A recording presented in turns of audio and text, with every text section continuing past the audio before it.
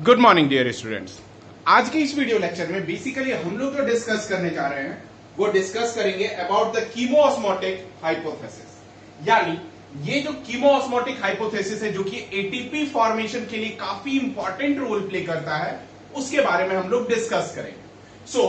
मैंने एक diagrammatic term और डायग्रामेटिक अप्रोच से इसे बना करके समझाने का कोशिश किया है। होप सो आप लोगों को बहुत अच्छे तरीके से समझ में आएगा।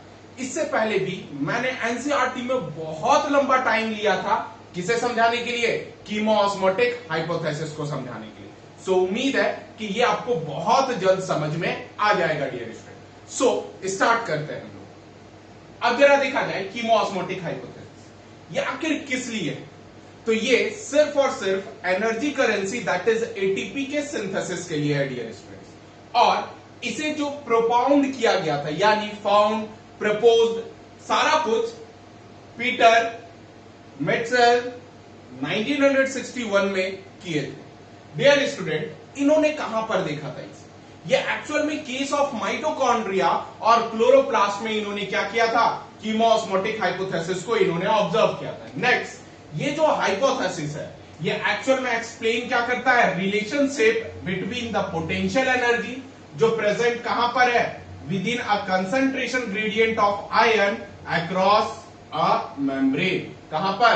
अक्रॉस द मेम्ब्रेन जो कंसंट्रेशन ग्रेडियंट प्रेजेंट होता है वो चीज बेसिकली क्या है, ऑब्जर्व करता है। जैसे कि अब क्या है कि बाहर जिसे अपन स्ट्रोमा रीजन कहते हैं, इनर ल्यूमेन रीजन कहते हैं, इन दोनों में एक्चुअल में जो पोटेंशियल ग्रेडियंट तैयार होता है, ठीक है, उसके रिलेशनशिप को एक्सप्लेन करता है क्या, कीमोऑस्मोटिक हाइपोथेसिस। डियर स्टूडेंट्स, अब क्या है कि इसमें ये जो बीच वाला टर्म है जिसे अपन साइटोक्रोम B6 और F कॉम्प्लेक्स कहते हैं, एक्चुअल में ये इलेक्ट्रॉन ट्रांसपोर्ट है, जिसमें कि इलेक्ट्रॉन ट्रांसपोर्ट जो बोथ रेस्पिरेशन और फोटोसिंथेसिस में प्रोड्यूस होता है, यही एक्चुअल में क्या करता है, प्रोड्यूस करता है हमारा प्रोटॉन के ग्रेडियंट को अक्रॉस द ल्यूमेन यानी स्ट्रोमा रीजन पे। और कहां पर, आपके ल्यूमेन में क्या था, H प्लस कंसेंट्रेशन ग्रेडियंट का वेरिएशन हो रहा था डियर स्टूडेंट्स। यही वेरिएशन की वजह से बेसिकली क्या कर रहा था, एटीपी का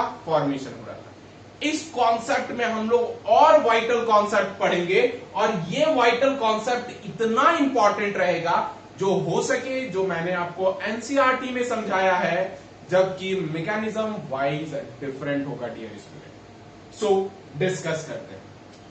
अब रहा क्या भाई, तो जरा देखना सेम चीज देखो। अब ये जो ग्रेडियंट है कहां पे डेवलप हो रहा है, तो डेवलप हो रहा है थैलाकोइड ल्यूमेन के अंदर, वो भी किसका स्ट्रक्चर है, क्लोरोप्लास्ट। मैंने ये जो स्ट्रक्चर बनाया है ये एक्चुअल में एक थैलाकोइड का है। किसका है ये, एक थैलाकोइड का है, जिसमें ये TM का मतलब है थैलाकोइड मेम्ब्रेन। क्या मतलब है इसका, थैलाकोइड मेम्ब्रेन। नेक्स्ट डियर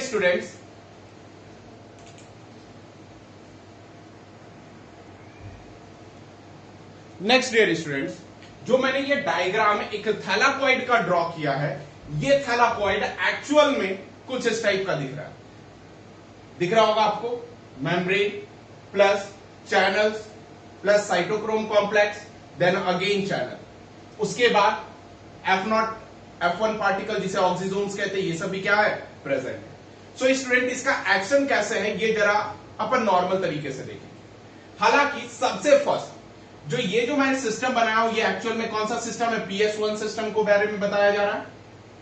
ये देखो आप, इवन ये जो दूसरा है ये किसके बारे में बता रहा है, PS1 के बारे में बता रहा है। अब PS2 जिसका photosynthetic pigment near about 680 nanometer present होता है। कितना प्रेजेंट होता है, 680 नैनोमीटर प्रेजेंट होता है डियर स्टूडेंट्स। ये जरा देखो, जबकि PS1 का कितना प्रेजेंट होता है, दैट इज 700 नैनोमीटर होता है। अब जरा देख लेना कि ये लाइट एनर्जी आया hν। अब hν जो P680 यानी PS2 पर आया, तो उस बिहाफ में क्या हुआ कि फर्स्ट P680 एक्साइटेड हो गया। जब P680 एक्साइटेड हो गया, देन क्या किया, ये लूज किया electron from the photolysis of water. जरा देख लो यहां पर, हो रही है ना फोटोलिसिस ऑफ वाटर। जब ये फोटोलिसिस ऑफ वाटर हुआ तो मैंने ऑलरेडी अपने प्रीवियस लेक्चर में फोटोलिसिस ऑफ वाटर के एंटायर इवेंट को एक्सप्लेन किया था। सो स्टूडेंट इस जगह पर दैट इज हाफ O2 है प्लस क्या है ट्वाइस H प्लस, यानी 2 प्रोटॉन यहां पर प्रोड्यूस हुआ। लेकिन इसके बिहाफ में जो इलेक्ट्रॉन प्रोड्यूस हुआ ये एक्साइट होकर के कहां पर चला गया, फियोफाइटीन पे चला गया।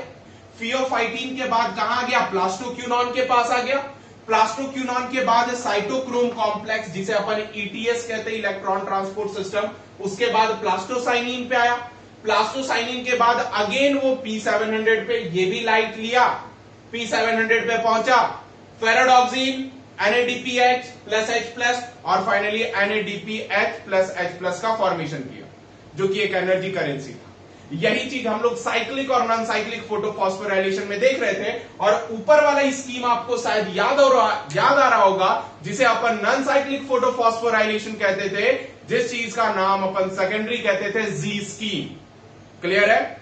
आई होप ये सारे एंटायर टर्म्स आपको फिर से क्लियर होंगे, नहीं तो मैं अभी तुरंत रिवाइज करवाया हूं। नेक्स्ट ईयर स्टूडेंट्स, अब जब ये फर्स्ट इवेंट हुआ तो सेकेंड इवेंट क्या होगा। अब जरा सेकेंड इवेंट में देखो कि जब वाटर का फोटोलिसिस हो रहा है, क्या हो रहा है, वाटर का फोटोलिसिस हो रहा है। आगे वाटर का फोटोलिसिस हो रहा है, उससे हमें क्या मिल रहा है, O2 मिल रहा है, उससे हमें क्या मिल रहा है, प्रोटॉन मिल रहा है। प्रोटॉन के बाद जो इलेक्ट्रॉन है वो इलेक्ट्रॉन कहां पर जा रहा है, फियोफाइटीन यानी इलेक्ट्रॉन ट्रांसपोर्ट कैरियर या फिर प्राइमरी इलेक्ट्रॉन एक्सेप्टर के पास पहुंच गया। क्लियर है डियर स्टूडेंट्स? अब जब ये 2H प्लस आगे चल करके देखा गया तो ल्यूमेन में बढ़ रहा है। देखो stroma region outside the thylakoid membrane, lumen region inside the thylakoid membrane. फिर से outside stroma region that is क्या कहते हैं, थैलाकॉइड मेम्ब्रेन, जो आउटसाइड रहा दैट इज द स्ट्रोमा, लेकिन इनसाइड द थैलाकॉइड मेम्ब्रेन क्या कहते हैं, ल्यूमेन कहते हैं। अब ये H प्लस कहां बढ़ रहा है, ल्यूमेन में बढ़ रहा है। सो ल्यूमेन में क्या हो रहा है, H प्लस यानी प्रोटॉन का कंसंट्रेशन इंक्रीज हो गया। जब बेटा प्रोटॉन का कंसंट्रेशन इंक्रीज हो गया देन पीएच वैल्यू क्या हो जाएगा, डिक्रीज होगा।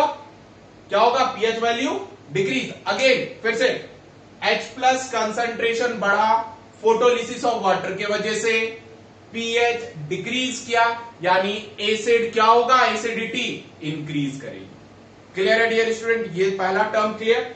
अब जो थर्ड टर्म होता है, थर्ड टर्म में एक्चुअल में क्या है कि जो H प्लस रिलीज हुआ ल्यूमेन में, इलेक्ट्रॉन कैरी हुआ टू नेक्स्ट कैरियर लेवल पे।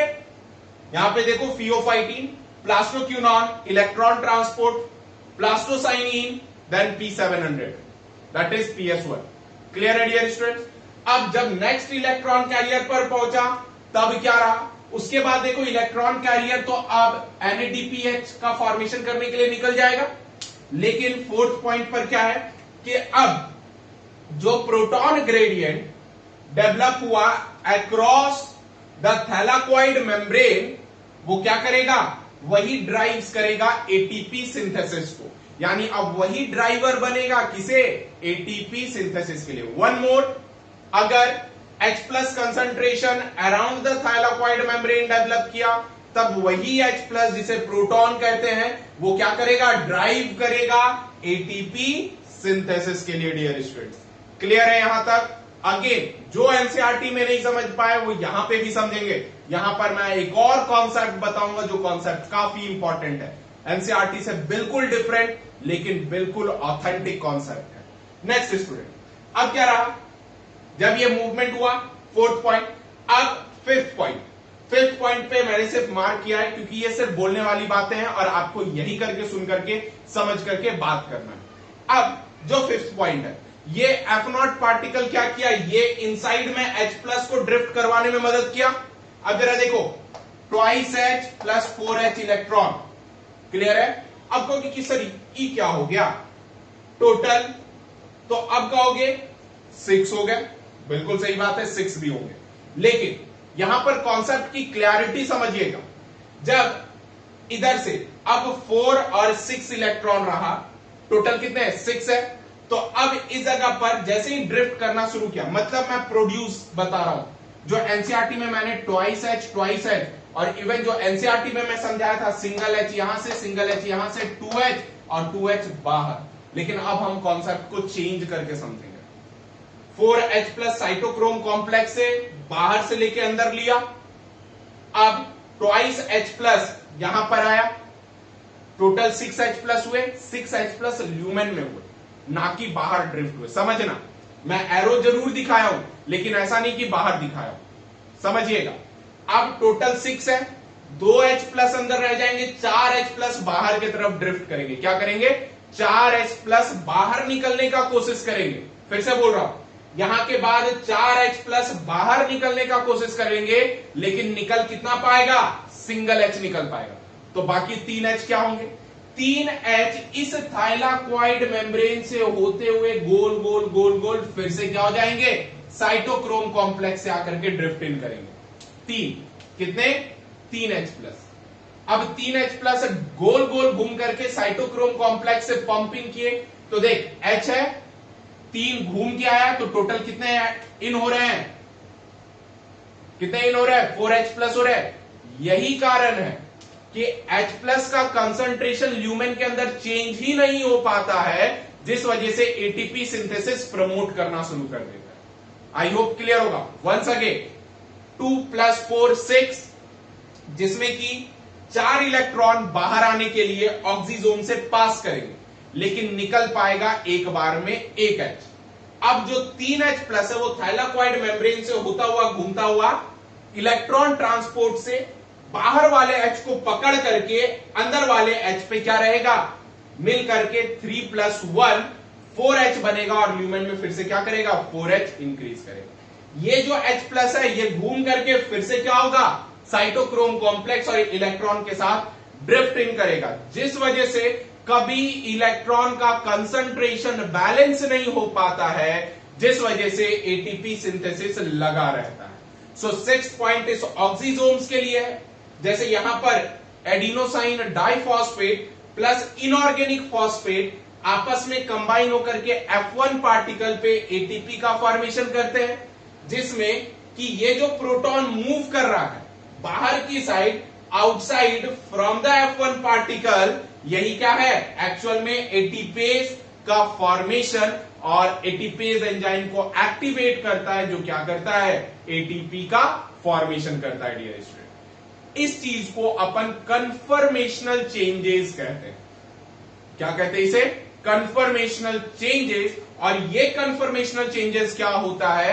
आप आइसोमेराइजेशन में, केमिस्ट्री में आप लोग पढ़े होंगे, जो अपना शेप और साइज स्ट्रक्चर्स को चेंज कर लेता है। डियर स्टूडेंट्स, नाउ अब जब ये रहा तो पूरा बात 6 पॉइंट तक खत्म, एटीपी सिंथेसिस देखिए। लेकिन कुछ पॉइंट यहां पर जो सबसे ज्यादा समझने की है वो ये समझने की है कि जैसे प्लास्टोसाइनिन के बाद P700 लाइट मिला, फिर से इलेक्ट्रॉन एक्साइट हुआ, फेरोडॉक्सिन, और यहां पे जो एंजाइम लगा हुआ था, इस एंजाइम का नाम क्या था? NADP प्लस रिडक्टेज एंजाइम थे, जो कि आउटसाइड द थैलाकॉइड मेम्ब्रेन क्या थे? प्रेजेंट थे। कहां पे प्रेजेंट थे? Outside the thylakoid membrane. Dear student, यही एक्चुअल में NADP प्लस H प्लस, किसे? NADP प्लस H प्लस को NADPH से फॉर्म करता है। जो ये NADPH है ये एक्चुअल में स्ट्रॉन्ग रिड्यूसिंग एजेंट है। डियर स्टूडेंट्स, क्या है ये? स्ट्रॉन्ग रिड्यूसिंग एजेंट है, जो क्या करता है? CO2 का फिक्सेशन करवाता है। और ये ATP और ये NADPH आगे चल करके मूव करते हैं द कैल्विन साइकिल में, और इस कैल्विन साइकिल में जाने के बाद वो क्या चीज का फॉर्मेशन करते हैं? स्टार्च का फॉर्मेशन करते हैं। और यही स्टार्च प्लांट के लिए काफी ज्यादा क्या होता है? इंपॉर्टेंट होता है। डियर स्टूडेंट, सो आप एक बार स्क्रीनशॉट ले लो। मुझे बहुत उम्मीद है कि आपको ये कॉन्सेप्ट बहुत बेहतरीन तरीके से और उम्दा किस्म से समझ में आया होगा। डियर स्टूडेंट्स, हालांकि मेरा मन है कि इस टॉपिक को और कंटिन्यू करते हैं, कैल्विन साइकिल पढ़ा देते हैं, लेकिन आप पढ़े हुए नहीं हो वहां तक। सो मैं इसके पीछे आज ही के दिन एनसीईआरटी का लेक्चर पोस्ट कर रहा हूं, जो आपको देखना कंपलसरी है, क्योंकि आपका लेक्चर जो ट्यूसडे को होगा उस दिन मैं C3 C4 साइकिल को अच्छे तरीके से एक्सप्लेन करूंगा। ट्यूसडे 7, वेडनेसडे 8 जाते जाते हम लोग चैप्टर खत्म कर देंगे और उम्मीद करते हैं कि जुलाई 15 दैट इज द टारगेट में हम लोग अपना रेस्पिरेशंस भी कंप्लीट कर देंगे डियर स्टूडेंट। सो तब तक के लिए stay safe, stay healthy and thank you for watching dear students.